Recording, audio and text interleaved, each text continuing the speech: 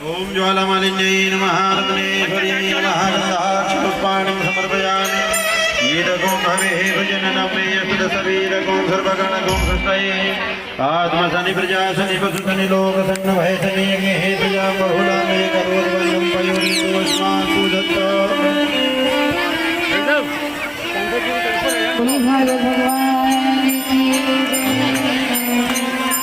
श्री भागवत भगवान की आरती पापियों को पाप से है पारती। श्री भागवत भगवान की आरती पापियों को पाप से है पारती।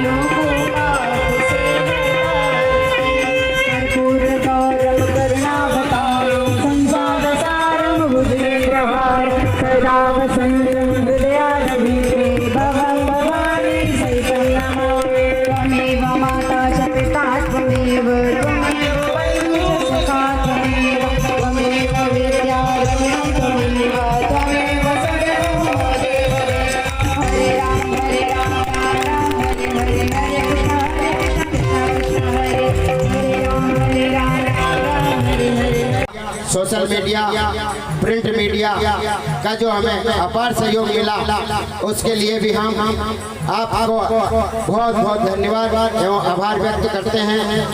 इस मध्य भागवत कथा में हमारे क्षेत्र के पूरे 18 ही पार्षद ब्यावरा के का अपार सहयोग मिला, हम उनका भी बहुत बहुत धन्यवाद प्रेषित करते हैं। हमारे ब्यावरा के आसपास के 109 सरपंचों में से जिन लोगों का तक हम पहुंच पाए, जिनका तक हमारा संपर्क हो गया, उन लोगों ने भी इसमें अपार सहयोग करा, पूरी ऊर्जा इसमें लगाई और समस्त ग्राम वालों ने, धर्म प्रेमी बंधुओं ने जो इसमें सहयोग करा, उसके लिए भी आपका बहुत बहुत धन्यवाद। इस कथा में जो हमारे साथ यहाँ पर प्रथम दिवस से क्या आज से 1.5 महीने पहले से मेरे सब साथीगण, मेरे अनुज, मेरे भतीजे मेरे साथ काम करने वाले मेरे सहपाठी दोस्त साथी संयोजक, मैं उनका भी हृदय से बहुत बहुत धन्यवाद एवं आभार प्रेषित करता हूं। इस कथा में जो सोशल मीडिया के हमारे राजकुमार भैया, पंटू भैया और उनके सहयोगी का भी मैं बहुत बहुत धन्यवाद प्रेषित करता हूं। इस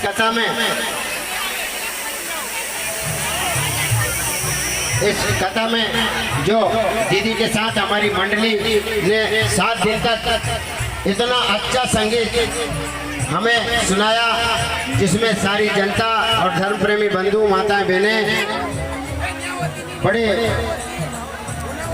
क्या बोलना चाहिए उसको, कि बड़े मनोवेग से सुना। मैं उनका भी बहुत बहुत धन्यवाद प्रेषित करता हूँ। हमारी इस कथा में 7 दिवस तक जो हमारे दतिया वृंदावन से पधारे राम लखन गुरुदेव और हमारे छोटे गुरुदेव, उनका भी मैं बहुत बहुत धन्यवाद एवं आभार व्यक्त करता हूँ। कथा में हमारी दीदी के साथ हमारी दीदी जिनका हमें समय समय पर आशीर्वाद मिला, उनका भी मैं बहुत बहुत धन्यवाद प्रेषित करता हूँ। छोटी से छोटी दीदी का भी मैं बहुत बहुत धन्यवाद प्रेषित करता हूँ।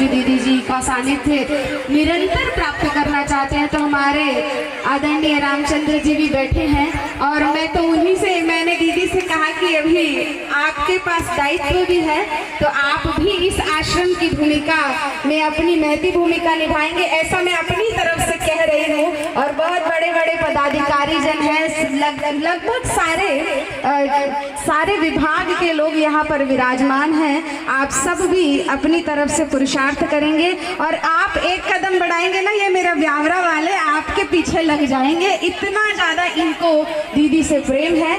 तो आने वाले समय में कार्तिक, अगर आप हमारी भाषा में देखें तो हम भी जो बहुत निर्मल आत्मा होती है ना, भोले भाले लोग, हम लोग भी उनके दर्शन करके खुद तृप्त होते हैं, क्योंकि कली काल में ऐसे सज्जन भोले लोग मिलते कहाँ हैं। तो आप सब गावरा वासियों के बीच में कथा सुना करके हम बहुत प्रसन्न हैं। और भागवत जी कहते हैं कि जो कथा सुनाते हैं तो उन पर बड़ी कृपा करते हैं, उनको बहुत पुण्यत्व की प्राप्ति होती है।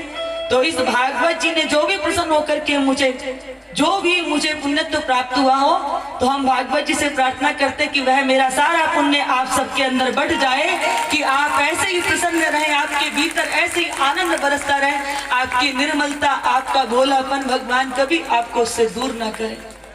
धन चला जाए, ना हो बड़ा घर, लेकिन आनंद हृदय से विदा हो गया तो सब कुछ चला जाता है। बंधुओं, आपको पता है, हम बहुत बार अपनी वाणी से पहले भी कहते थे कि दरिद्र कौन होता है? कौन होता है दरिद्र? दरिद्र वो नहीं होता जो गरीब होता। अक्सर करके हम गरीब व्यक्ति को दरिद्र समझ लेते हैं।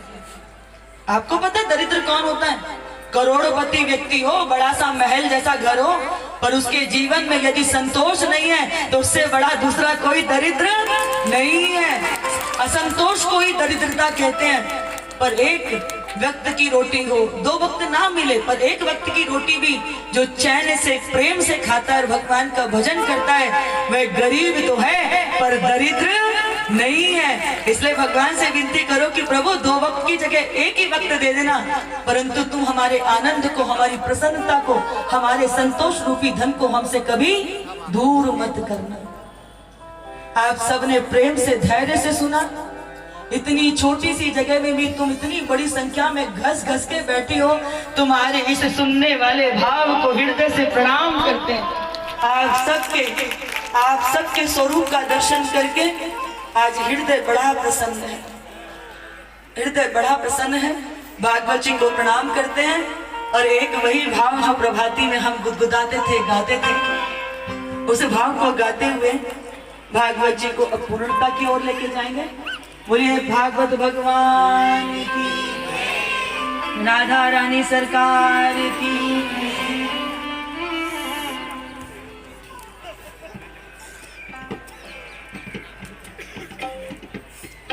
लखन जी कह रहे हैं कि उनके बच्चों का भी जन्मदिन है, तो जरा उनको भी आशीर्वाद देना है। तो आज उनके बच्चों को भी बहुत बहुत ढेर सारा आशीर्वाद है। उन बच्चों को बुला लेना, हम अपने हाथ से पुष्पमाला पहना देंगे। आओ जरा राधा रानी की भक्ति में एक भजन भाव करते हुए फिर हम कि अब तो श्राप लग गया और संतों का श्राप कभी व्यर्थ नहीं जा सकता। बलराम जी ने कहा इस मूसल को ले जाकर के समुद्र में पीस के फेंक दो। वो जो मूसल उत्पन्न हुआ उसको पीस करके उसका चूर्ण बना करके समुद्र में फेंक दिया। उस लोहे के चूर्ण से ऐरक नामक एक ऐसी तीखी घास पैदा हुई और एक लोहे का छोटा सा टुकड़ा बच गया था, तो वो किसी मछली ने निगल लिया। एक शिकारी ने जब जाल फेंका तो उसके शिकार में वो मछली भी आ गई। जब पेट चीरा तो उसमें से वो लोहे का टुकड़ा प्राप्त हुआ, तो उसने उसको अपने धनुष की नोक पर लगा लिया। इधर शाप मिला था, यदुकुल के बालक मदिरा का सेवन करने लगे। और बंधुओं, जब मदिरा का सेवन होता है तो हमारी मति बिगड़ जाती है, और जब मति बिगड़ती है तो हम मर्यादाओं का हनन करते हैं। फिर हमें यह भी भान नहीं रहता कि ये हमारी माता है कि ये हमारी बहन है। और आपस में लड़ाई प्रारंभ हुई। यदुकुल के बालक आपस में लड़के मरने लगे। बलराम जी उपराम होकर के समुद्र में शेषनाग बन करके फिर से क्षीर सागर में चले गए और द्वारकाधीश भगवान एक पेड़ के नीचे जाकर के लेट गए। आप देखिए कि जब मेरे ठाकुर जब 7 वर्ष के थे तो कन की उंगली के नख पर गोवर्धन जी को धारण कर लिया था। सारे ब्रजवासियों की रक्षा करी, लेकिन अपने ही कुल को नष्ट हो जाने दिया। उन कुलंगारों को नष्ट होना ही श्रेष्ठ समझा। कारण जानते हो?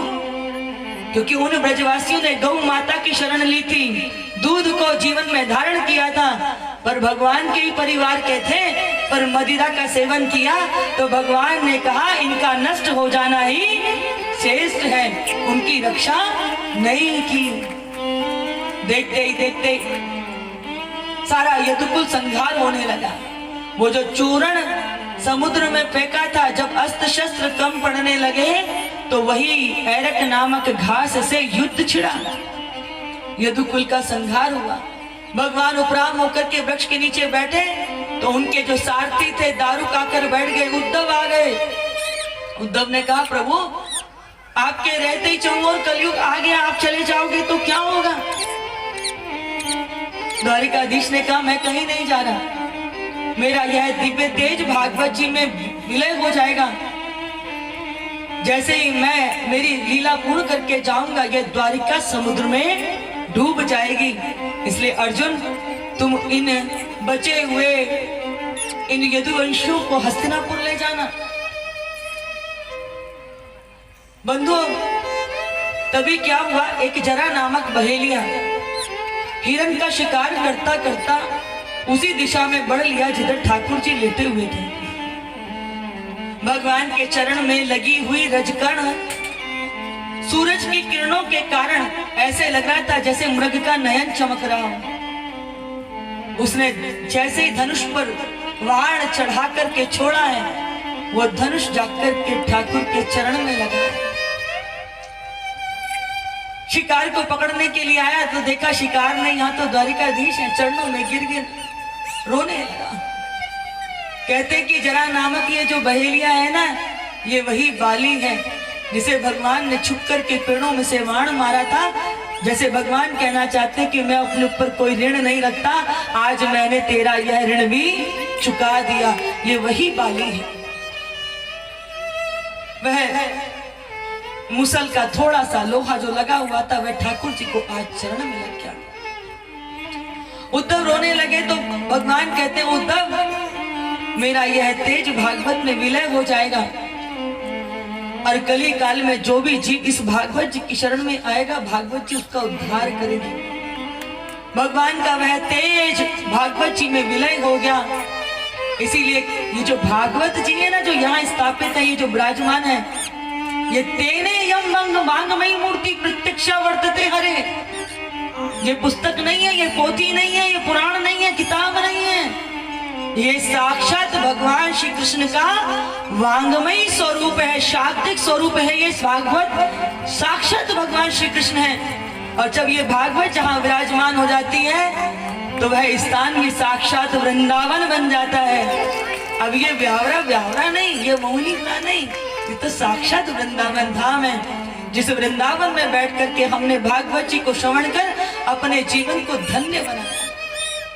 बंधुओं, 7 दिन पहले तक्षक नामक सर्प के डसने से परीक्षित मृत्यु को प्राप्त होंगे शाप लगा था। आज वह 7वां दिन ही था।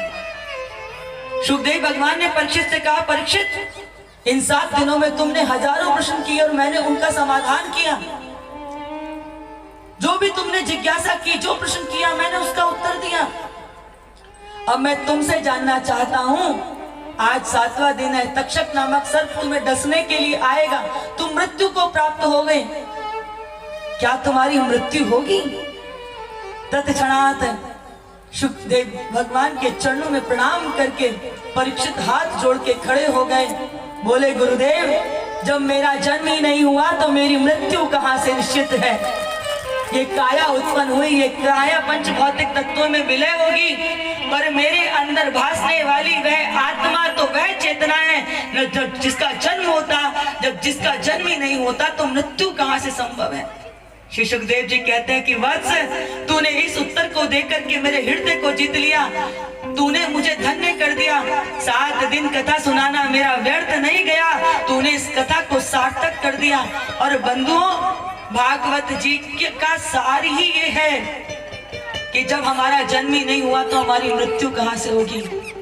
ये पंच भौतिक तत्वों से रचा यह शरीर जन्म लेता है, यह शरीर पंच भौतिक तत्वों में लय होता है, पर आत्मा नित्य मुक्त है। आत्मा का जन्म होता ही नहीं तो मृत्यु कहां से होगी? और मेरा असली प्रेम का निमंत्रण भी एक ब्राह्मणी लेकर के आया था। रुक्मणी कहती कि नहीं नाथ, मैं आपको कभी ऐसे कार्य के लिए नहीं रोक सकती, बस मैं तो ये कह रही हूँ कि आपने तो अपने मित्र को दे दिया, यदि वैकुंठ भी दे दोगे तो फिर मैं कहाँ रहूंगी? बंधुओं, यहाँ किसी को कुछ नहीं पता चला कि भगवान ने सुदामा को क्या दे दिया। अगला दिन हुआ, प्रातःकाल स्नान ध्यान करके सुदामा कहते हैं द्वारिकाधीश से कि द्वारिकाधीश कन्हैया, लाला, अब तुम मुझको जाने की अनुमति दे। बंधुओं, विचार करो, 6-8 महीने पहुंचने में लगे थे द्वारिका। कोई और होता तो सोचते द्वारिकाधीश के पास आए हैं इतने, लेकिन सुदामा उस सोने की द्वारिका में आने के बाद भी लेश मात्र का भी लालच मन में नहीं है।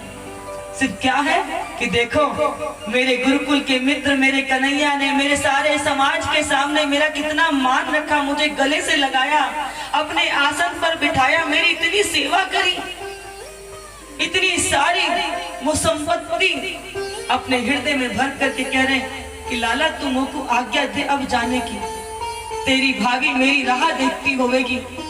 और कन्हैया भी ये नहीं कह रहे कि सुदामा थक गए होंगे, थोड़ा यहाँ विश्राम करो, कहते हैं कि जैसी तेरी इच्छा, दर्शन करो यहाँ कि मित्र के कन्हैया के मन में है कि और भी मेरे पास क्या हो तो मैं अपने मित्र को दे दूं। और मित्र के हृदय में क्या है कि मेरे मित्र ने देखो मुझे क्या सम्मान दिया है, क्या क्या दे दिया। कई महीने बीते, सुदामा अपनी नगरी में आए तो क्या देख रहे हैं, जहाँ छोटी छोटी झोपड़ी बनी हुई थी फूस की, वहां बड़े बड़े भवन बन गए, द्वारिका से भी सुंदर नगरी बन गई। सुदामा बोले ये क्या हुआ, मैं कहीं गलत पते पे तो नहीं आ गया, कहीं भूखे प्यासे मेरी मति तो नहीं फिर गई, मैं कहीं दूसरी।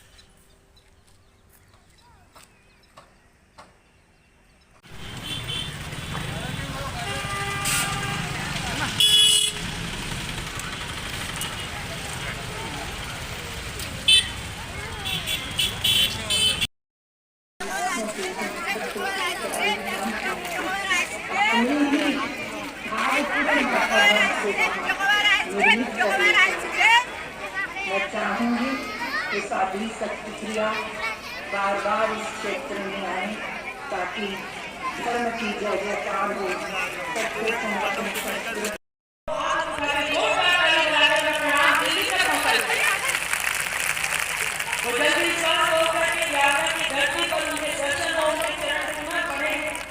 ये तालियों में तन्मय की तरह कोट लेकर बस्ती रहनी चाहिए।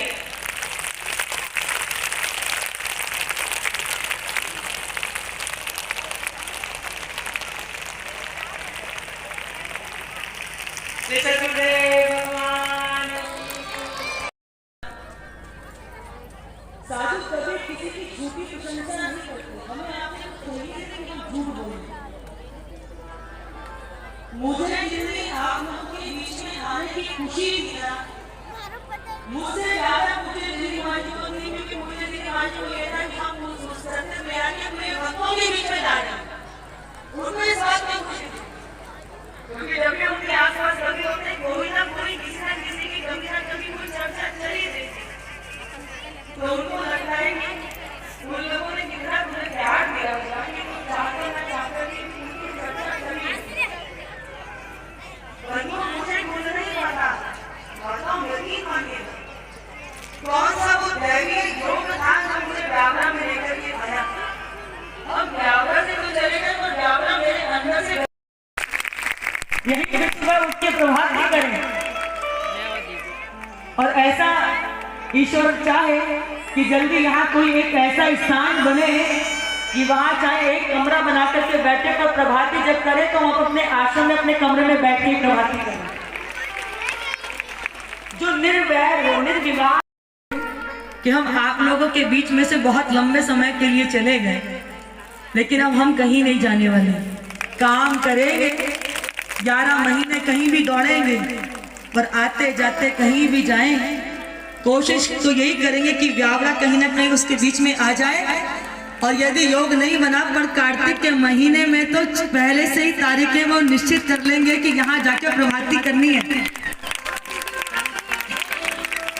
प्रभाती करनी है। और ये भी निश्चित है कि आप सबके जैसे मन में भाव हुआ है कि एक स्थान होना चाहिए, तो अब हम यहाँ व्यावरा में अपना एक छोटा सा स्थान जरूर बनाएंगे ताकि आप हमारे लिए, हम आपके लिए सुलभ हो सके। जरूर बनाएंगे एक ऐसा स्थान जहां बैठ के किसी प्रकार का कोई अवरोध नहीं, किसी प्रकार की कोई नहीं, सिर्फ जिसे प्रेम चाहिए, जिसे भाव चाहिए, जिसे सत्संग चाहिए वो आए, बाकी भैया जिसे जो करना है अपना करता रहे। लेकिन भागवत जी हैं, उनको गरिमामयी विश्राम देना जरूरी है। कथा के प्रसंगों को स्पर्श करते हुए हम विश्राम की ओर ही चलते हैं बंधुओं। भगवान का चौथा विवाह कालिंदी के साथ हुआ है, 5वां विवाह बिंद और अरविंद करके 2 भाई थे, वे अपनी बहन से बड़ा प्रेम करते, स्नेह करते थे। अरविंद और अरविंद मिलकर के ही उनका नाम पड़ा था मित्रवृंदा। इनके साथ भगवान का 5वां विवाह हुआ। एक पिता का, राजा का यह संकल्प था कि जो भी इन 7 बैलों को एक साथ नाथ देगा उसी के साथ मैं अपनी पुत्री का विवाह करूंगा। द्वारिकाधीश भगवान ने उन 7 बैलों को एक साथ नाथा और उन्हीं की पुत्री नग्नजिति के साथ भगवान का 6वां विवाह हुआ। मद्र देश के राजा की पुत्री के साथ भगवान का 7वां विवाह हुआ और लक्ष्मणा के साथ भगवान का 8वां विवाह हुआ है। ये तो हुआ ठाकुर जी के 8 विवाह। और भागवत जी कहते हैं कि भगवान जी के तो 16,108 विवाह हुए थे। तो बंधुओं ये जो 16,100 जो विवाह है, भूमि से उत्पन्न राक्षस था भौमासुर। बड़ा दुर्दांत था, बलशाली था, भूमि से उत्पन्न हुआ था। इसका संकल्प था कि जब 20,000 राजकुमारियों को इकट्ठा कर लूंगा तो विवाह करूंगा। जहां कहीं भी स्वयंवर होते थे, विवाह के आयोजन होते थे, ये वहां से बलात् उन स्त्रियों को, कन्याओं को उठा लाता था। 16,100 को कारागार में बंद कर रखा था। किसी प्रकार उन देवियों ने किसी दास के द्वारा अपने करुण पुकार द्वारिकाधीश तक पहुंचाई। द्वारिकाधीश को जब ज्ञात हुआ कि भौमासुर ने इतनी सारी स्त्रियों और को कारागार में बंद कर रखा है, तब भगवान उन सब की करुण पुकार सुनकर के उनको कारागार से मुक्त कराने के लिए आए। भौमासुर के साथ भगवान का बहुत दिव्य युद्ध चला और कहते ना कि अंत तो बुराई का होता ही है। भौमासुर का उद्धार हुआ और भगवान ने उन सारी स्त्रियों को, देवियों को कारागार से मुक्त किया। अब वो सारी स्त्रियां बोली कि प्रभु हमारे सामने केवल 2 ही मार्ग हैं, या तो हम अपना शरीर त्याग दें और या फिर हम बुरे कार्यों में लग जाएं, क्योंकि अब सभ्य समाज तो हमको स्वीकार नहीं करेगा। स्त्री को भोग्य समझा गया है। पर भारत की भूमि इतनी दिव्य कि भारत की भूमि को तो हम माँ कहते हैं। कहीं दुनिया के आगे कहीं माँ लगा है क्या? कोई कहता है जापान माँ की जय हो, चाइना माँ की जय हो, तब क्या कहते हैं? भारत माता की जय हो। यदि राम और कृष्ण माँ नहीं बन सकती, वो लाचार और दीनहीन बच्चों को ही तो पैदा करेगी। पर जहां भारत की स्त्री पढ़ी लिखी, शिक्षित, विदुषी, योग्य, उसके पास आत्मज्ञान होता है, फिर वो गायत्री, गार्गी, मैत्री, मदालसा जैसी जो भारत की भूमि पर बड़े बड़े आर्यावर्त के ऋषि मुनि बैठते थे, जब उनके बीच में ज्ञान की चर्चा की, बच्चे की प्रथम आचार्य माता ही होती है, क्योंकि माता के अंग संग ही बच्चा शिक्षा पाता है, संस्कार पाता है। और जब माता संस्कार देती है तभी तो वो पिता की इज्जत करता है, तभी तो पिता की वो सेवा करेगा। इसलिए बंधुओं, भारत की भूमि वो है जिसमें भारत की स्त्रियों ने शास्त्र तो नहीं रचे, पर शास्त्रों को रचने वालों को रचने वाली भारत की माता ही है। भारत की माता ही है। पूज्य दीदी माँ जी से बहुत परमेश्वर का दर्शन करती है, उसकी सेवा करती है। लेकिन विदेश में तो एक समाधि की पंखा झर करके सेवा कर रही थी।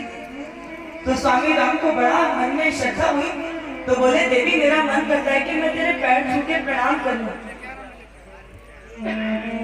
तो वो स्त्री कहते कि बाबा ज्यादा चक्कर में मत पड़ जाना। बोले चक्कर में नहीं रहेगी, हमारे यहाँ तो जीवित पतियों की सेवा होती है और तुम एक इस समाधि की पूजा कर रहे हो। तो वो कहती है बाबा तुम ये दृश्य देख करके चक्कर में पड़ रहे हो, ज्यादा चक्कर में मत पड़ो। हमारे यहाँ जब तक पहले पति की चिता सूख नहीं जाती तब तक दूसरा विवाह कर नहीं सकते। तो मौसम खराब है इसलिए पंखा झड़ करके तो सुखा है। वहां का कोई पति परमानेंट, ना कोई पत्नी परमानेंट, बच्चे ही नहीं होते। लेकिन भारत की भूमि कैसी है जिसके साथ फेरे ले लेते हैं 7 जन्मों तक। हाँ घर है, बर्तन होते आपस में खटकते ही हैं, कौन सी बड़ी बात है। और जहाँ झगड़ा होता है वहाँ प्रीत भी तो बढ़ती है। अब बर्तन होंगे तो खटकेंगे, तो घर में भी लड़ाई होती है पति और पत्नी में, है ना? तो जब पति और पत्नी में लड़ाई होती है तो पत्नी कई बार रूठ करके बैठ जाती है, कई कई दिन तक बोल, यही रहना चाहिए, है ना? जोड़ा यही रहना चाहिए। तो एक बार क्या हुआ कि एक बार एक गांव के पति पत्नी थे, उनमें आपस में झगड़ा हो गया। अब वो पति पत्नी में झगड़ा हुआ तो पत्नी कहती असल बात का हो ना तो बात मत करियो मुझसे। पति ने भी कह दिया जा तू भी असल बाप की हो तो बात मत करियो। अब भैया दोनों असल बाप के बने भाई एक दूसरे से बात ही नहीं कर रहे। अब आपस में बोलचाल ना हो तो घर में कोई दिल लगेगा क्या? दिन भर में न जाने कितनी बार नोक झोंक होती, बोलचाल हो ही जाती, पर आपस में बोलचाल बंद हो गई तो घर काटने को दौड़ी। अब किसान तो बड़ा दुखी, अब दोनों असल बाप के बने एक दूसरे से बात ही नहीं कर रहे। तो एक दिन किसान बैठा था, बेचारा बड़ा दुखी था, तो पत्नी चूल्हे पर रोटी बना रही थी। तो इसने देखा ये चूल्हे पे बैठ के रोटी बना रहे और वो अपने जो हुक्का होता है ना, तो हुक्के में तंबाकू तैयार कर रहा था। तो फूंक मार के उसके अंगार को वो थोड़ा धधका रहा था। तो जान पूछ करके उसने देखा ये दूसरी ओर देख रही है, उसने अपनी धोती थोड़ी सी अंगारे में लगा दी। अब वो उसकी धोती जो थी वो सुलगने लगी, उसमें आग। पत्नी की आंखें पड़ गई, अरे उसकी धोती में आग लग गई तो जल जाएगी। तो उसको एक ही पल में आया, मैंने कहा था अगर असल बात को हो तो बोलियो मत ही ना, पर ये सोची असल बात की तो रह जाऊंगी, पति से हाथ धो बैठूंगी। ये दौड़ करके आई, इसने उसकी धोती की आग बुझाई। अरे तेरी धोती में आग लग गई। तो किसान कहता है धोती में आग लगी सो लगी, पर बोलचाल का शुरू भाई। बंधुओं ऐसा देश कहीं नहीं मिलेगा। हमारे देश की जो सुगंध है वो हमारे संबंध हैं। दुनिया में कोई किसी से मतलब नहीं रखता। अभी आप देखो दुनिया शहरीकरण को धारण कर रही, शहर भागने में लगी पड़ी है। गांव में गाय माता की सेवा नहीं कर रहे, खेत में फसल नहीं कर रहे। हर किसी को लगता है कि बस मैं जीन शर्ट पहन के चश्मा लगाऊं है, सिगरेट के धुएं उड़ाऊं और शहर में जाके बस जाऊं। महानगरों में माचिस की डिब्बी जैसे फ्लैट हैं, एक संतान पैदा कर रहे हो। अभी तो दो भी नहीं, महानगरों में अधिकांश एक संतान पैदा हो रही है, और उसे भी तुम अंग्रेज बनाने के लिए विदेश भेज देते हो। फ्लैट में कब माता पिता का शरीर चल बसता है जब उस शरीरों में से तो जरूर भाभी माँ ने हमारे लिए कुछ भेजा होगा। जैसे ये कहा तो सुदामा जी सकुचाने लगे कि मेरा पुत्र तो भाव का भूखा है, लेकिन ये सारी राजकुमारियां तो बड़े बड़े घर परिवार कुलों से आई हैं। क्या सोचेंगे कि जिसका नाम सुनकर के दौड़ते हुए चले गए थे वो 4 मुट्ठी तंदुल लेके चला है। तो सुदामा जी सकुचा गए और वो बात को टालने लगे। तुम्हें याद है कन्हैया, जब हम गुरुकुल में पढ़ते थे तो मैं इतनी मेहनत करता था, दिन रात लड़ता रहता था, लेकिन तुम मुझसे पहले याद करके गुरुजी को, अरे छोड़ो ये बताओ भाभी ने क्या भेजा है। याद है कन्हैया कैसे गुरुजी हमें यज्ञ करना सिखाते थे, और यज्ञ के लिए प्रेम का निमंत्रण भी एक ब्राह्मण ही लेकर के आया था। रुक्मणी कहती कि नहीं नाथ, मैं आपको कभी ऐसे कार्य के लिए नहीं रोक सकती, बस मैं तो ये कह रही हूँ कि आपने तो अपने मित्र को दे दिया, यदि वैकुंठ भी दे दोगे तो फिर मैं कहाँ रहूंगी। बंधुओं यहाँ किसी को कुछ नहीं पता चला कि भगवान ने सुदामा को क्या दे दिया। अगला दिन हुआ, प्रातःकाल स्नान ध्यान करके सुदामा कहते हैं द्वारिकाधीश से कि द्वारिकाधीश कन्हैया लाला अब तुम मोको जाने की अनुमति दे। बंधुओं विचार करो, 6-8 महीने पहुंचने में लगे थे द्वारिका। कोई और होता तो सोचते द्वारिकाधीश के पास आए इतने, लेकिन सुदामा उस सोने की द्वारिका में आने के बाद भी लेश मात्र का भी लालच मन में नहीं है। सिर्फ क्या है कि देखो मेरे गुरुकुल के मित्र, मेरे कन्हैया ने मेरे सारे समाज के सामने मेरा कितना मान रखा, मुझे गले से लगाया, अपने आसन पर बिठाया, मेरी इतनी सेवा करी, इतनी सारी वो संपत्ति अपने हृदय में भर करके कह रहे कि लाला तुम को आज्ञा दे अब जाने की, तेरी भाभी मेरी राह देखती होवेगी। और कन्हैया भी ये नहीं कह रहे कि सुदामा थक गए होंगे, थोड़ा यहाँ विश्राम करो, कहते हैं कि जैसी तेरी इच्छा, दर्शन करो यहाँ कि मित्र के कन्हैया के मन में है कि और भी मेरे पास क्या हो तो मैं अपने मित्र को दे दूं, और मित्र के हृदय में क्या है कि मेरे मित्र ने देखो मुझे क्या सम्मान दिया है, क्या क्या दे दिया। कई महीने बीते, सुदामा अपनी नगरी में आए तो क्या देख रहे हैं, जहाँ छोटी छोटी झोपड़ी बनी हुई थी फूस की, वहां बड़े बड़े भवन बन गए, द्वारिका से भी सुंदर नगरी बन गई। सुदामा बोले ये क्या हुआ, मैं कहीं गलत पते पे तो नहीं आ गया, कहीं भूखे प्यासे मेरी मति तो नहीं फिर गई, मैं कहीं दूसरी जगह कि अब तो श्राप लग गया, और संतों का श्राप कभी व्यर्थ नहीं जा सकता। बलराम जी ने कहा इस मूसल को ले जाकर के समुद्र में पीस के फेंक दो। वो जो मूसल उत्पन्न हुआ उसको पीस करके उसका चूर्ण बना करके समुद्र में फेंक दिया। उस लोहे के चूर्ण से ऐरक नामक एक ऐसी तीखी घास पैदा हुई, और एक लोहे का छोटा सा टुकड़ा बच गया था तो वो किसी मछली ने निगल लिया। एक शिकारी ने जब जाल फेंका तो उसके शिकार में वो मछली भी आ गई। जब पेट चीरा तो उसमें से वो लोहे का टुकड़ा प्राप्त हुआ, तो उसने उसको अपने धनुष की नोक पर लगा लिया। इधर शाप मिला था, यदुकुल के बालक मदिरा का सेवन करने लगे।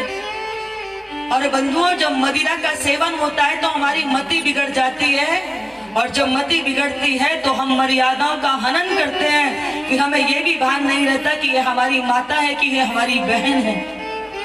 और आपस में लड़ाई प्रारंभ हुई, यदुकुल के बालक आपस में लड़के मरने लगे। बलराम जी उपराम होकर के समुद्र में शेषनाग बनकर के फिर से क्षीर सागर में चले गए, और द्वारकाधीश भगवान एक पेड़ के नीचे जाकर के लेट गए। आप देखिए कि जब मेरे ठाकुर जब 7 वर्ष के थे तो कन की उंगली के नख पर गोवर्धन जी को धारण कर लिया था, सारे ब्रजवासियों की रक्षा करी, लेकिन अपने ही कुल को नष्ट हो जाने दिया, उन कुलंगारों को नष्ट होना ही श्रेष्ठ समझा।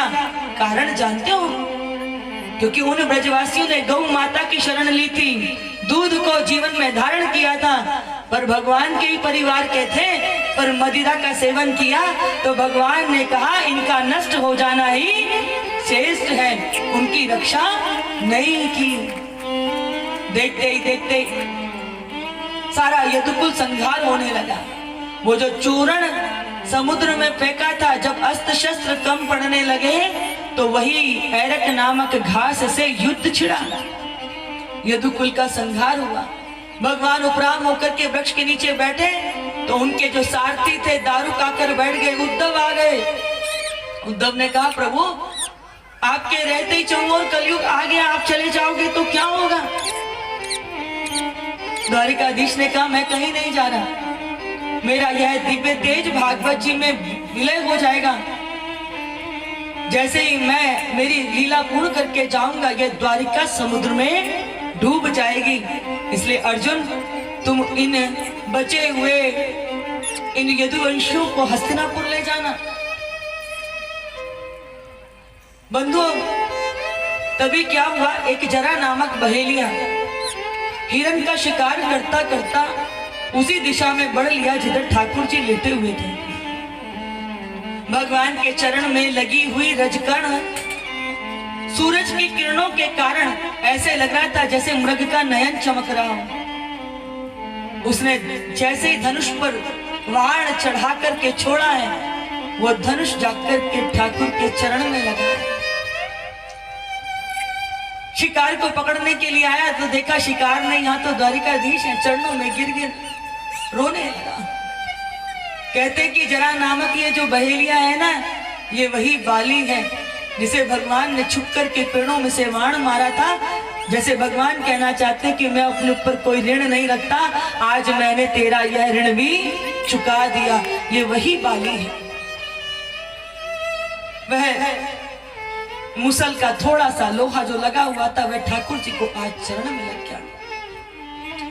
उद्धव रोने लगे तो भगवान कहते हैं, उद्धव मेरा यह तेज भागवत में विलय हो जाएगा और कली काल में जो भी जीव इस भागवत जी की शरण में आएगा, भागवत जी उसका उद्धार करेगी।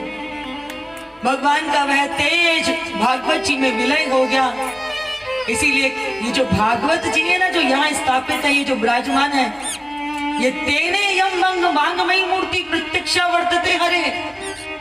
ये पुस्तक नहीं है, ये पोथी नहीं है, ये पुराण नहीं है, किताब नहीं है, ये साक्षात भगवान श्री कृष्ण का वांगमयी स्वरूप है, शाब्दिक स्वरूप है। ये भागवत साक्षात भगवान श्री कृष्ण है। और जब ये भागवत जहाँ विराजमान हो जाती है तो वह स्थान ये साक्षात वृंदावन बन जाता है। अब ये व्यावरा नहीं, ये मौलिकता नहीं, ये तो साक्षात वृंदावन धाम है, जिस वृंदावन में बैठ करके हमने भागवत जी को श्रवण कर अपने जीवन को धन्य बनाया।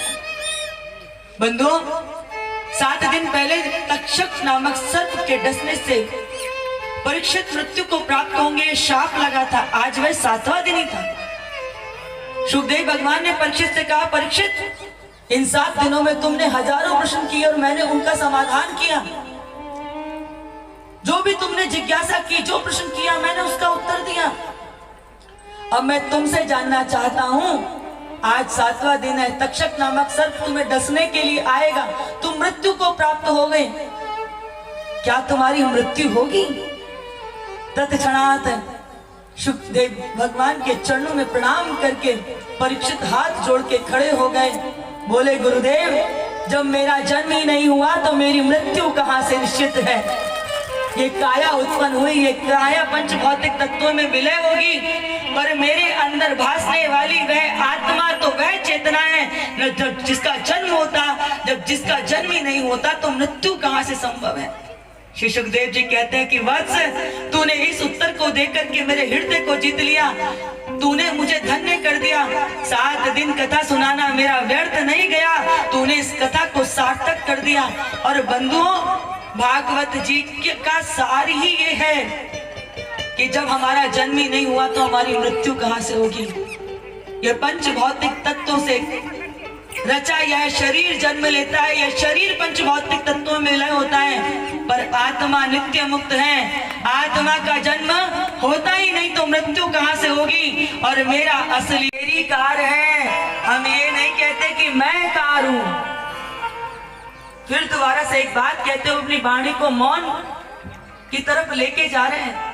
क्या कहा था कि ये मेरी कार है, मैं कार नहीं हूं, ये मेरा शरीर है, पर मैं शरीर नहीं हूं। मैं तो वह निज आत्मा हूं जो नित्य मुक्त है, सर्वत्र है, और उस आत्मा का कभी अंत नहीं होता। जब ये शरीर नहीं था तो हम कहां थे? जैसे वो बल्ब में बिजली प्रकट होती है ना, आप स्विच ऑफ कर दीजिए तो बल्ब की बिजली बंद हो जाती है, पर स्विच ऑफ कर देने से बिजली मर गई क्या? क्यों बिजली मर गई क्या? बिजली तो थी। ऐसे ही ये शरीर के कारण हमें वो चैतन्य महसूस होता है, परंतु जब शरीर नहीं रहता तब भी वो चैतन्य रहता है। जब शरीर नहीं था तब भी हम थे, जब शरीर है तो भी उस माया के कारण, चैतन्यता के कारण दिखाई दे रहा है, पर जब ये शरीर नहीं रहेगा तो भी हम कहाँ चले जाएंगे? हम उसी परमात्मा में समा जाएंगे। इसलिए मृत्यु अज्ञानी की होती है, ज्ञानी की मृत्यु कभी नहीं होती। अब ना कर पर्दा ए पर्दा नशी, गर पर्दा तुझे हमने देख लिया, तेरे दीदार की तमन्ना होगी सो लोग ढूंढेंगे वहां, हमने तो तुझे यही देख लिया। तू हम नजरबाजों से छुप न सका ए जाने जहां, तू जहां जाके छुपा हमने वही देख लिया। क्योंकि हम जानते हैं कि सृष्टि में कहीं कोई स्थान नहीं है, जिसने इतनी सी बात जान ली वो उसी पल मुक्त हो जाता है। और जिसने जान लिया कि मैं शरीर हूँ वो अनंत कथाओं को सुनकर भी जन्म मरण के बंधन में पड़ा ही रहता है। फिर वो बार बार यात्रा करता है, पुनरपि जननम पुनरपि मरणम पुनरपि जननी जठरे शयनम। माँ के गर्भ में बार बार वो उल्टा आके लटकता है, 84 लाख योनियों में भटकता है। लेकिन जिसे आत्मज्ञान प्राप्त हो जाता है वो फिर आप्त काम पूर्ण काम बन करके परमात्मा में ही विलय हो जाता है। उसका फिर जन्म और मृत्यु नहीं होती है। इसलिए यह कथा सुना करके सुखदेव भगवान ने परीक्षित जी को धन्य किया है। तक्षक नामक सर्प तो आया, परंतु उसने परीक्षित की देह को पाया, आत्मा तो परमात्मा में पहले ही विलय हो चुकी थी। इसलिए भागवत कथा का सार है कि हमारा जन्म ही नहीं होता तो हमारी मृत्यु कहां से होगी। बिना मार्कंडेय ऋषि के पुत्र मार्कंडों की कथा सुने बिना ये कथा पूरी नहीं होती। मार्कंडेय ऋषि के पुत्र थे, उन्होंने भगवान से कहा था कि मुझे इस सृष्टि के प्रलय काल का दर्शन करना है। तब भगवान ने उनको स्वप्न में इस प्रकृति के प्रलय का दर्शन कराया था। सारी सृष्टि जब जलमग्न हो गई तो वो जल में बहते जा रहे हैं, बहते जा रहे हैं। जब कुछ भी नहीं दिखाई दे रहा था तब जल में उनको एक नन्हे से बाल रूप में वटस्य पत्रस्य फुटे शयानम बालम मुकुंदम मनसा स्मरानी, भगवान ने बाल स्वरूप में अपने चरण का अंगूठा पीते हुए दर्शन दिया था। उन मार्कंडेय ऋषि की कथा के बाद ही ये कथा पूर्ण होती है। आप सब ने 7 दिन पहले कथा का मंगलमय शुभारंभ किया था। आज ये इस कथा का विश्राम दिवस है।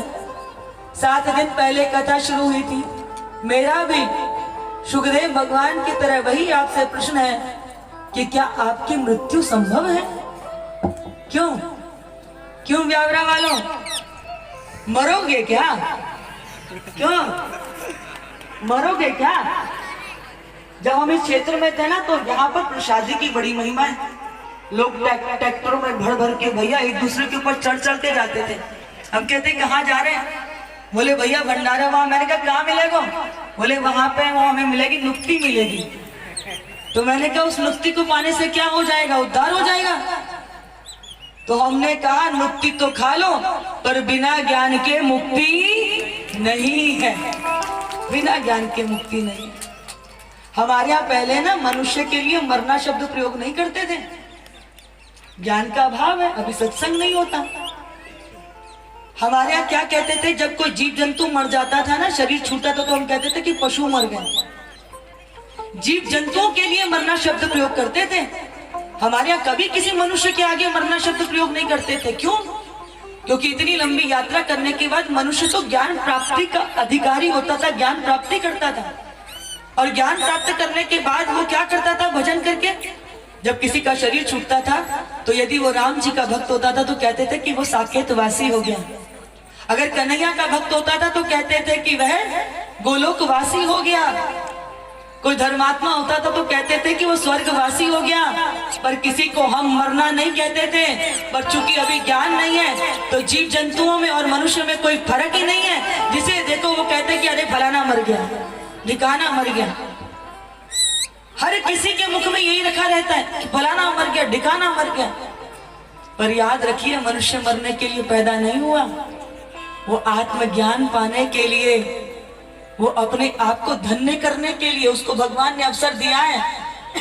इसलिए पशुओं की तरह मरना नहीं है, ज्ञानी बनकर के हमें आत्मा को जान करके आत्मा परमात्मा में विलय होना है। यही भागवत कथा का सार है। 7 दिन तक आपने सुना, इतनी ठंडी में भी आप यहाँ आकर के बैठते थे। बंधुओं देखो, आप तो माताओं पूरी साड़ी पहन करके नीचे से लेकर ऊपर तक ढक जाती हो, पर हमारे बहुत सारे जो गांव से वृद्ध बंधु आते थे ना, हमारे बाबा आते थे, तो धोती ऐसी बांधते थे कि इनके आधे आधे पैर उघाड़े रहते हैं। उस ठंड में भी बैठ के कथा सुनते थे। एक बार ताली बजा के सब उनको आशीर्वाद दे दो।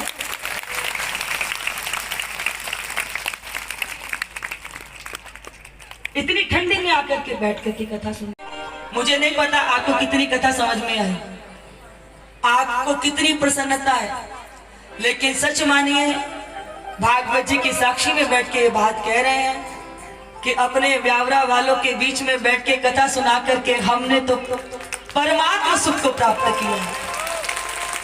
और आज जैसे कहते हैं ना कि कथा सुनाने का कुछ ना कुछ फल प्राप्त होता है, कथा सुनाने का कुछ ना कुछ फल प्राप्त होता है।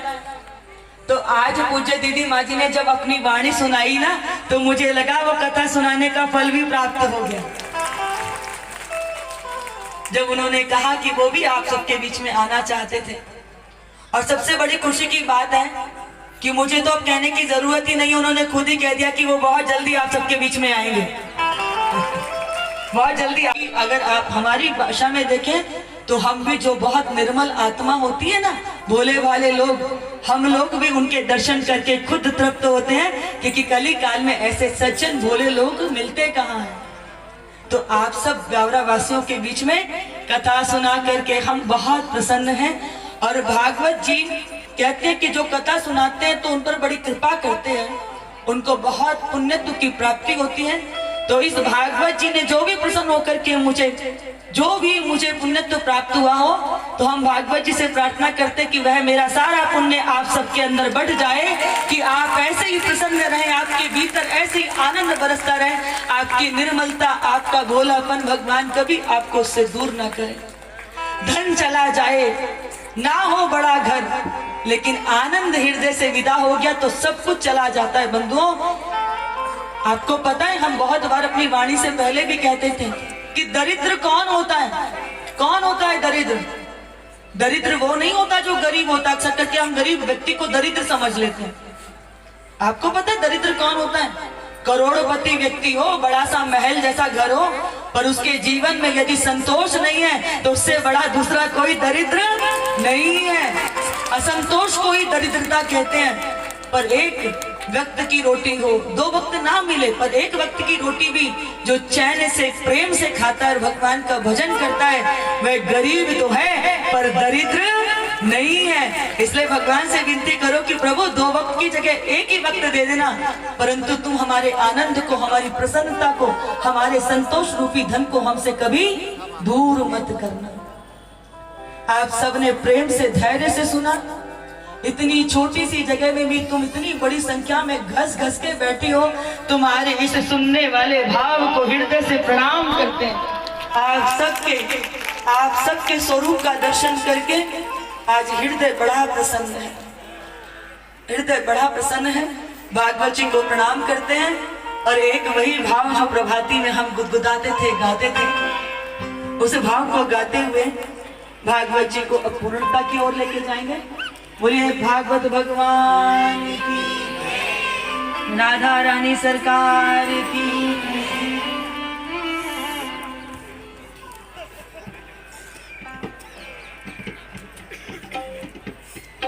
लखन जी कह रहे हैं कि उनके बच्चों का भी जन्मदिन है, तो जरा उनको भी आशीर्वाद देना है।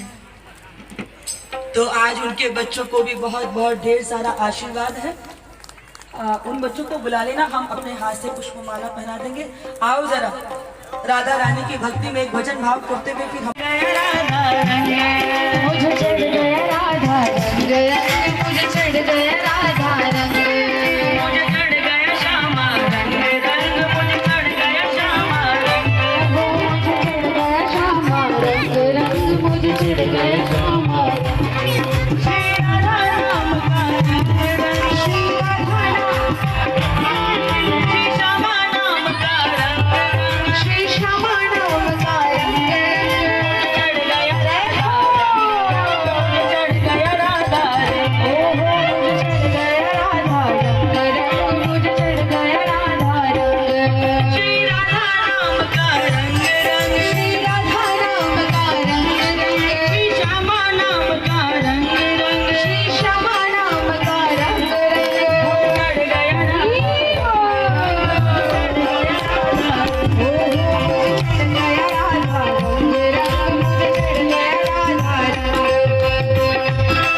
सभी लोग अभी अपना धैर्य मत छोड़िएगा।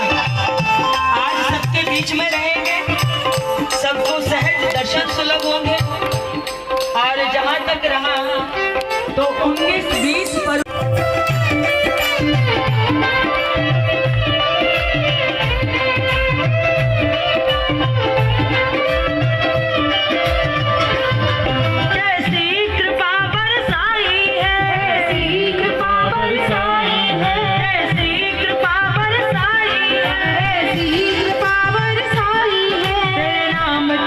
मस्ती छाई है, राम की मस्ती छाई है, राम की मस्ती छाई है, राम की मस्ती छाई है। मैं हो गया राधा रानी का, हो गया राधा रानी का, मैं हो गया राधा रानी का, हो गया राधा रानी का, वृंदावन की महारानी का, वृंदावन की महारानी का, वृंदावन की महारानी का, वृंदावन की महारानी का, बरसाने की महारानी का, बरसाने की महारानी का, हो गया वृंदावन वाली का, हो गया राधा रानी का। अब करो न कोई तंग, देखो मुझे चढ़ गया राधा रंग, रंग मुझे चढ़ गया राधा रंग, मुझे चढ़ गया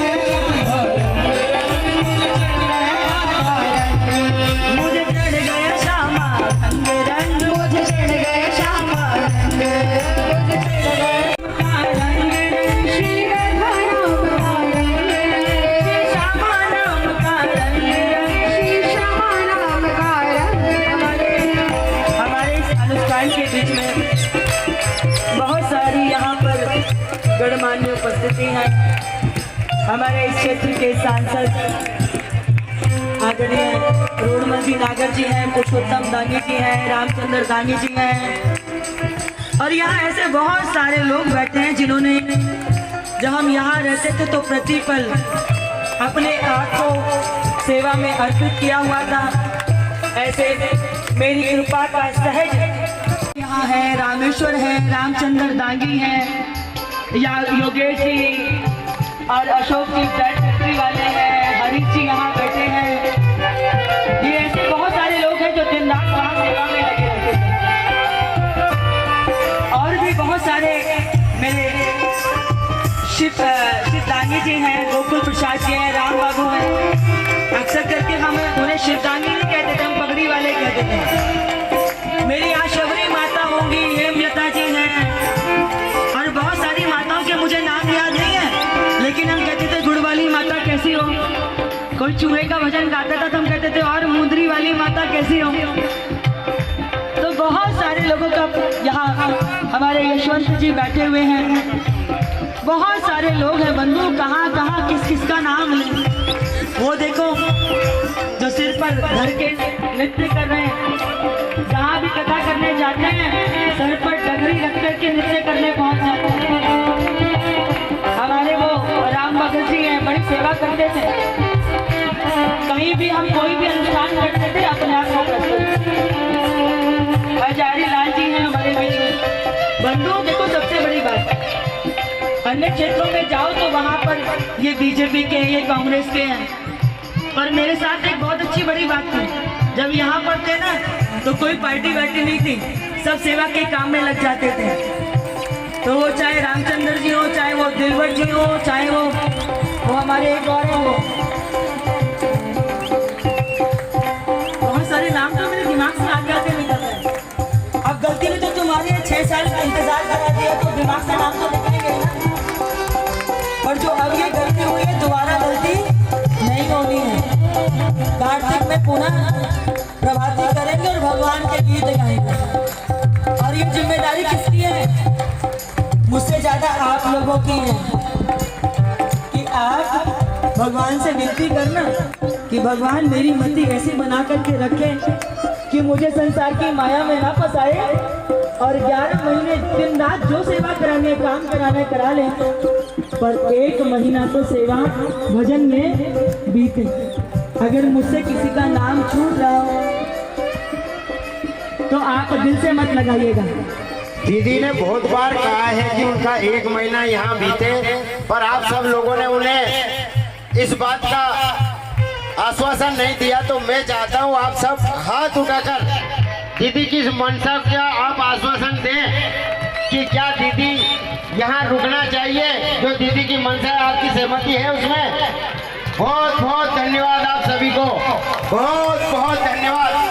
आदरणीय पूज्य दीदी ने अभी आप सब लोगों के सामने हमारी दीदी माँ, क्योंकि आप सबकी बहुत इच्छा थी और इस कथा के जो आयोजकगण पूरे ब्यावरा क्षेत्रवासी हैं उन्होंने और और हम सब ने मिलकर इतना प्रयास करा, घर घर में हम माथा टेकने गए, घर घर में हम पहुंचे, तो आप सब लोगों ने उसका जो भरपूर प्यार हमें दिया वो आज दिखने में आ रहा है। हमने दीदी से निवेदन करा कि दीदी माँ, बड़ी दीदी माँ की जो स्वास्थ्य खराब है, तो बड़ी दीदी माँ हमारे लिए बहुत जरूरी है, क्योंकि बड़ी दीदी माँ राष्ट्र की धरोहर है। कथा तो फिर हो जाएगी, अगर जो दीदी माँ सुरक्षित और व्यवस्थित रही तो कथा तो होती रहेगी, लेकिन दीदी माँ को पूर्ण विश्राम करने दीजिए। तो दीदी माँ भी सहमत हो गई और फिर दीदी माँ ने, हमारी सतप्रिया दीदी ने हमें कहा कि नहीं, फिर भी दीदी माँ का आशीर्वाद लेने के लिए जो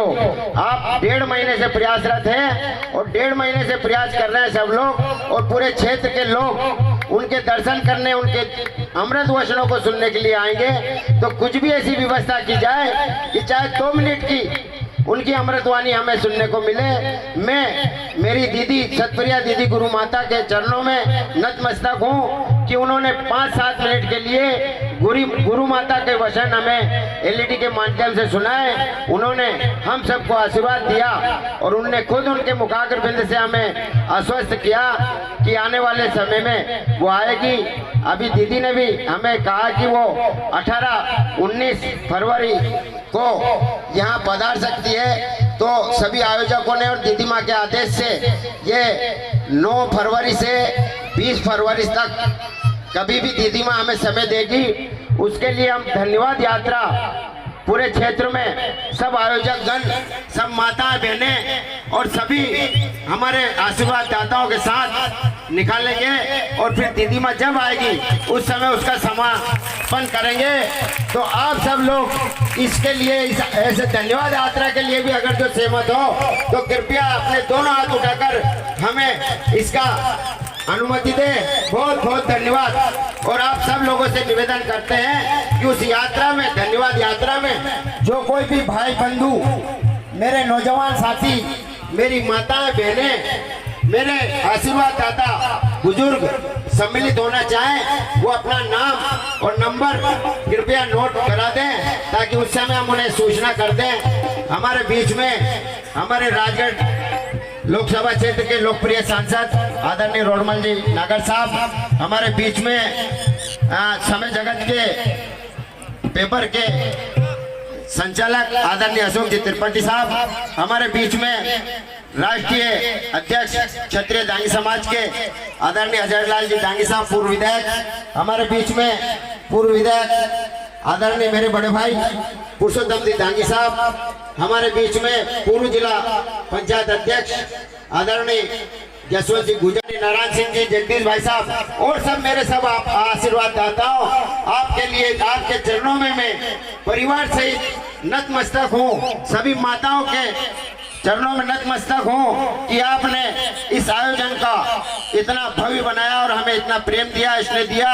आपका इसी प्रकार हमें आगे भी प्रेम मिलता रहे। मेरी बहुत इच्छा आपसे बात करने की थी, लेकिन दीदी माँ की कथा इतनी मधुर और इतनी लीन करने वाली है कि हम सब लोगों को इतना लीन कर दिया उसमें कि समय का पता ही नहीं चला।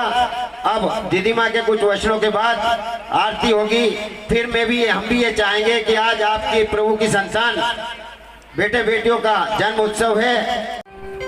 समय को कोई रोक सकता नहीं है। समय अपनी अबाध गति से बहता जा रहा है और दीदी की वाणी बिल्कुल मौन हो गई है। निश्चित रूप से 7 दिन तक आपने हमें बहुत कुछ दिया और ये जो श्रद्धावान जो ये दिखाई दे रहे हैं ये दृश्य चारों तरफ, ये जो धर्म प्रेमी बंधुजन हैं, एक बार आप लोग अपने लिए जोरदार ताली बजाकर अपना स्वागत और अभिनंदन करेंगे। और मैं चाहती हूँ कि 2 मिनट आपकी ताली बंद नहीं होनी चाहिए।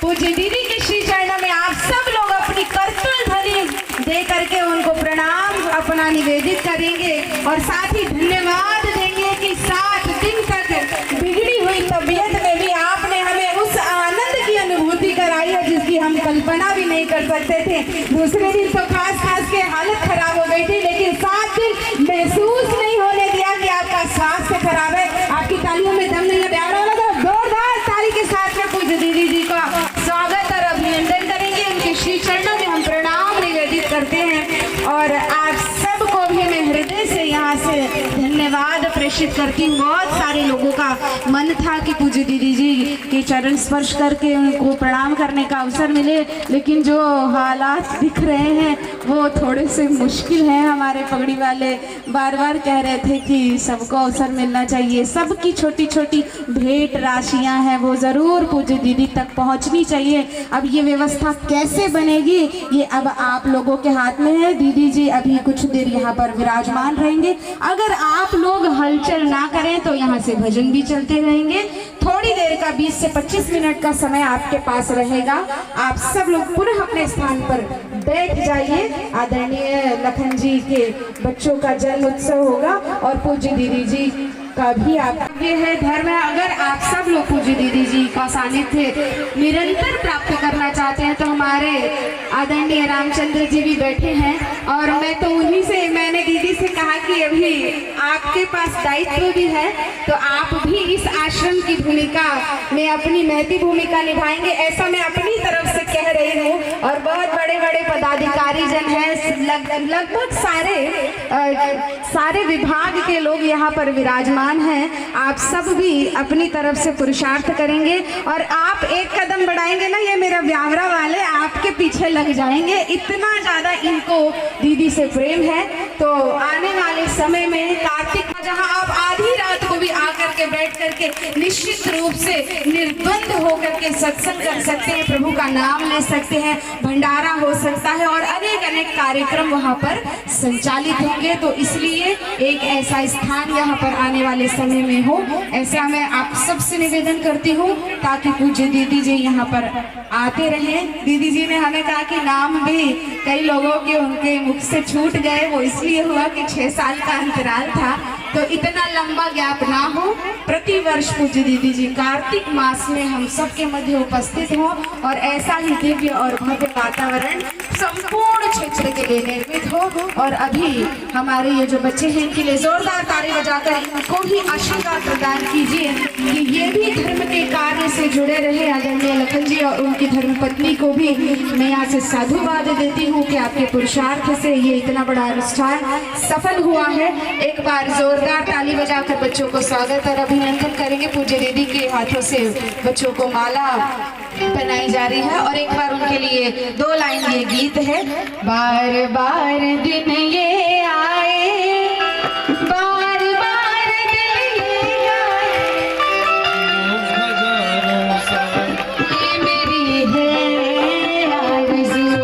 Happy birthday to you, happy birthday to you, happy birthday to you, happy birthday to you. बार दिन ये आए, बार बार दिन ये आए, तुम जियो हज़ारों साल, ये मेरी है आरज़ू। Happy birthday to you, happy birthday to you, happy birthday to you, happy birthday to you. बच्चों आपको जन्मदिन की ढेर सारी शुभकामनाएं, बहुत बहुत बधाई। आप सभी धर्म के कार्य से इसी तरह से जुड़े रहें। सभी लोग आरती करेंगे, उसके पश्चात पूज्य दीदी जी वहाँ पर उपस्थित होंगे और आराम से आप सब लोग लाइन से उनके चरण स्पर्श करके जहाँ तक की कर सकते हैं। देखो हम ओम ज्वालामालिन्यै नमः रत्नेश्वर्यै नमः गन्धाक्षपुष्पाणिं समर्पयामि। ईदगुं भवेः भजननमे यस्तदशवीरगुं सर्वगणगुं सृष्टये आत्मसनि प्रजासनि पशुसनि लोकसन्न भयसनि यज्ञे प्रजा बहुला मे करोद्वयं पयोनिर्वस्मासु दत्त। भगवान की श्री भागवत भगवान की है आरती, पापियों को पाप से है तारी। श्री भागवत भगवान की है आरती, पापियों को पाप से है तारी।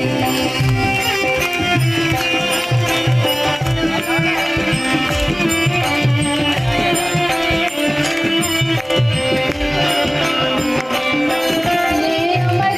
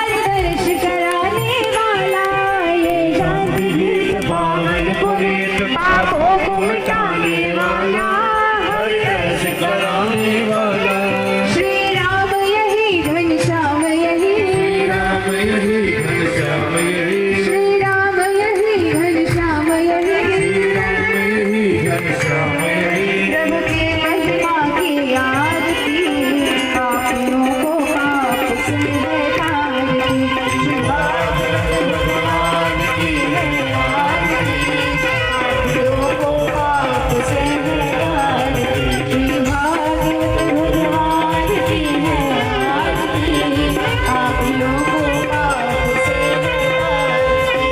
कर्पूर गौरव करुणावतारो संसार सारम बुद्धि प्रहार सदा वसंतम हृदयारविंदे भवं भवानी सहितं नमामि। त्वमेव माता च पिता त्वमेव, त्वमेव बन्धुः च सखा त्वमेव, त्वमेव विद्या रमणं त्वमेव, त्वमेव सर्वं मम देवदेव। हरे राम राम राम हरे हरे, हरे कृष्ण कृष्ण कृष्ण हरे राम, हरे राम राम हरे हरे, हरे हरे कृष्ण कृष्ण कृष्ण हरे हरे। ओम जगन्नाथमय जगदेवास्तानि धर्माणि प्रथमान्यासन्नाते हनाकं महिमानः सचन्द्रयत्र पूर्वे साद्याः सन्ति देवाः। हरिः ओम् एकदन्ताय विद्महे वक्रतुण्डाय धीमहि तन्नो दन्ति प्रचोदयात्। यामि जगदीश्वर मे प्रसीद। नानासुगन्धिपुष्पाणि यथा कालोद्भवानि च पुष्पाञ्जलिर्मया दत्ता गृहाणः परमेश्वरः।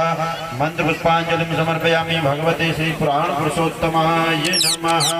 कुल वृंदावन बिहारी लाल की, भागवत भगवान की, श्री सुखदेव भगवान की, व्यास भगवान की।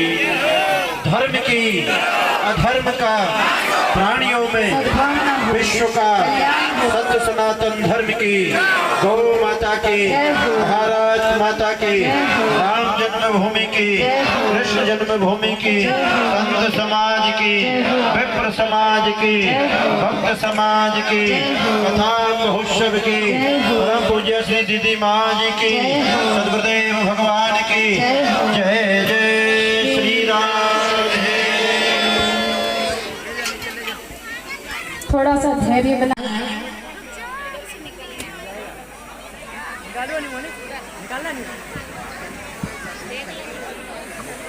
नीचे उतरते जाएं, कृपया दर्शन करके नीचे उतरते जाएं। और सभी माताओं बहनों और मेरे आशीर्वाद दाता बुजुर्गों भाइयों से निवेदन है कि प्रसाद आज भेंट के देने की व्यवस्था है, भेंटा कर देने की।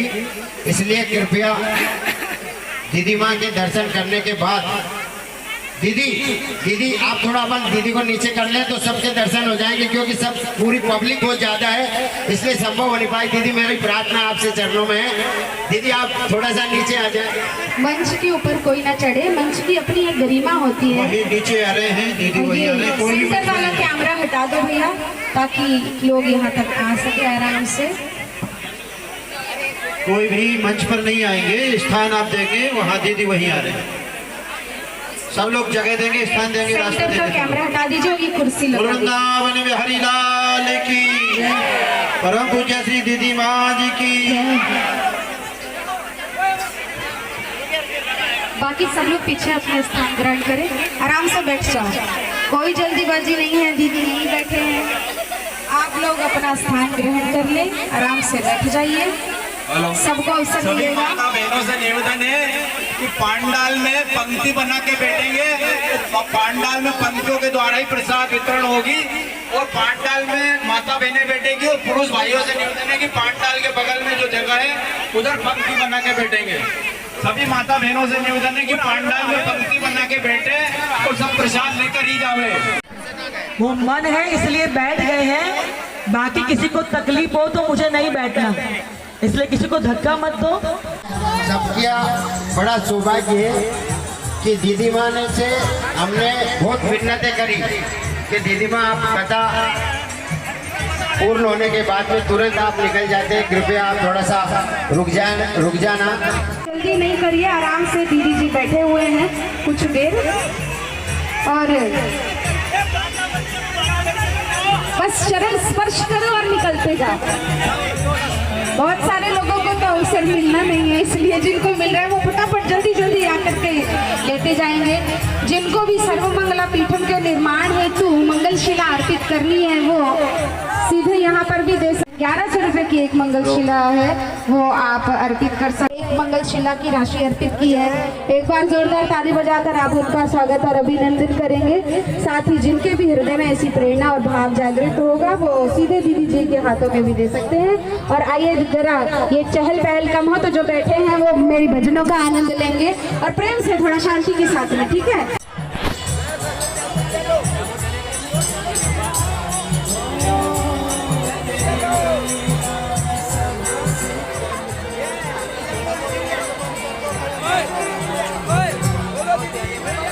आइए बोलिए श्री बिहारी लाल की जय, बोलिए बांके बिहारी लाल की जय।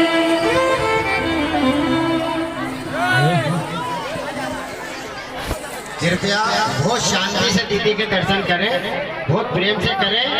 दीदी बैठेगी आप लोगों के पास, पर ऐसा नहीं करें कि उनको वो नाराज हो जाए, ऐसा नहीं करें। कृपया बड़े शांति से करें। बोलिए श्री बांके बिहारी लाल की जय। सब लोग जो गण वेश बनाया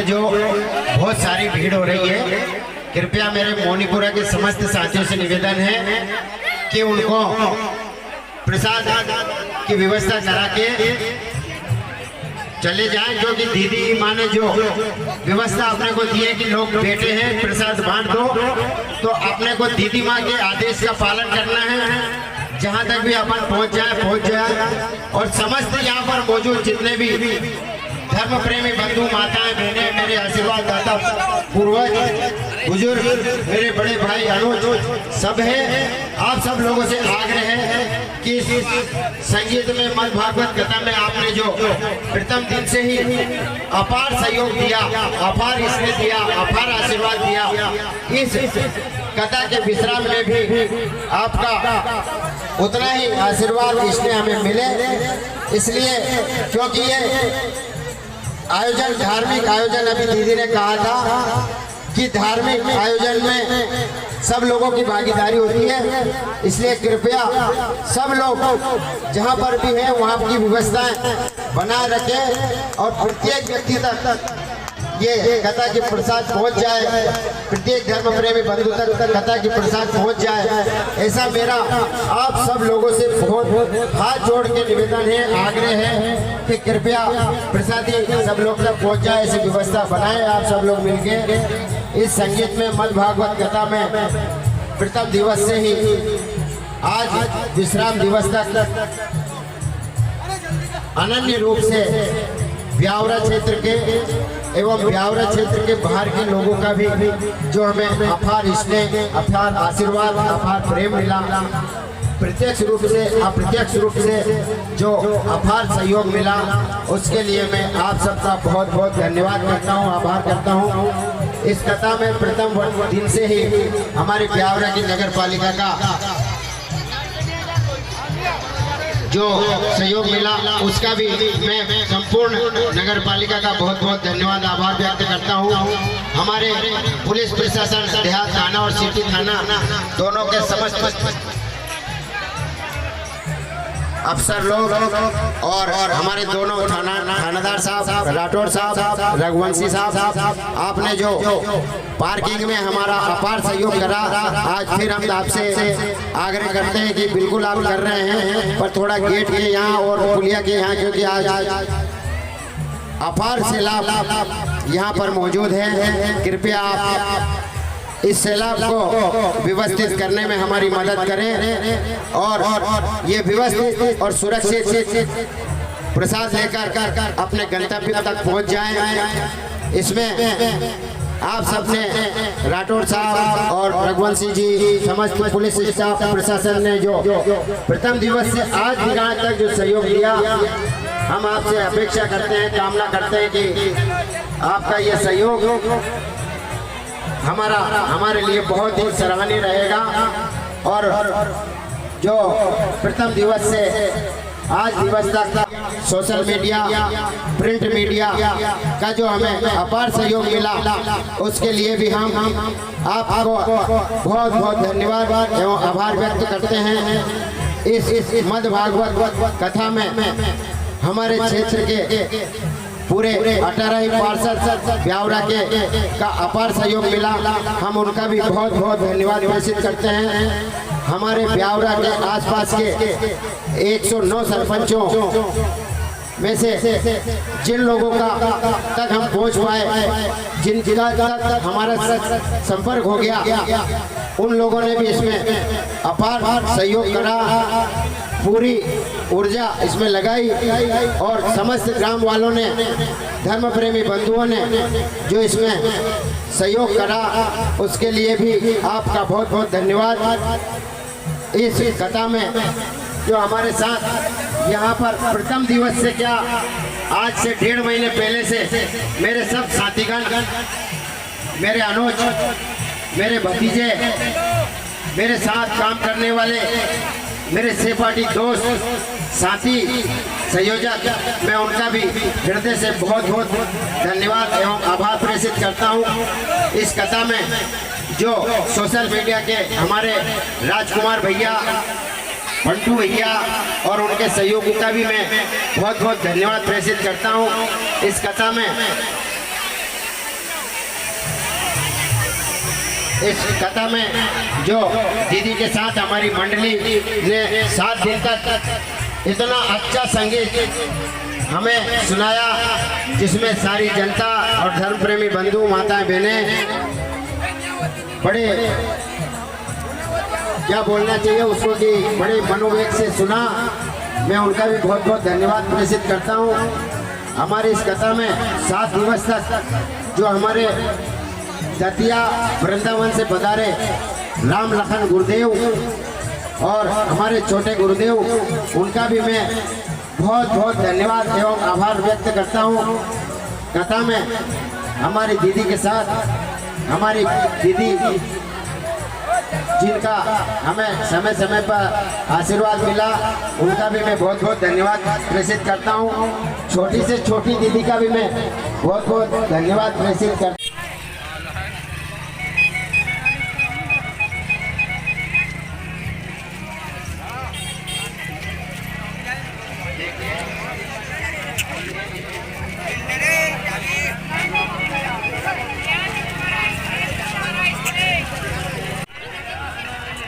सारा काल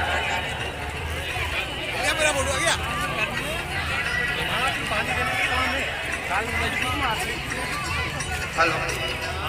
चल रहा काम और क्या शिव जी नहीं आए नहीं है। हमारी यमुना भाभी गुरु जी का भजन गाने जा रही है, ज्यादा बड़ा नहीं छोटा सा।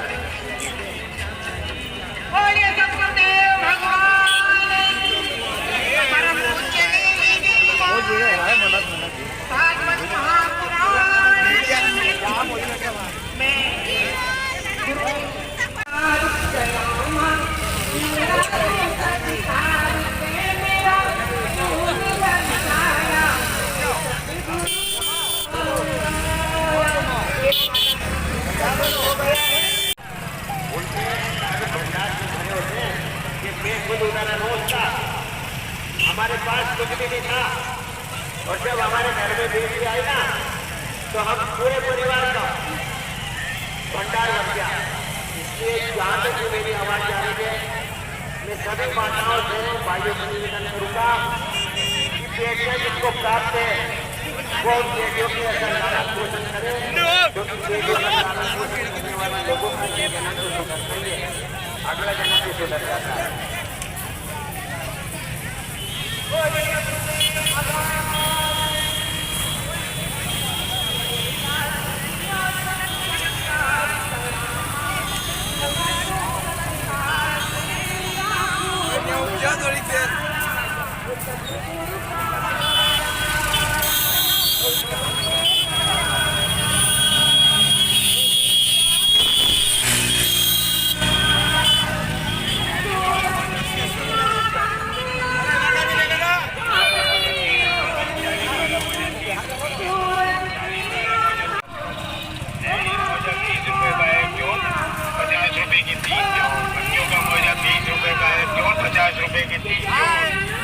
बच्चों का मजा 20 रुपए का है, क्यों 50 रुपए की बच्चों का मजा 20 रुपए का है, क्यों 50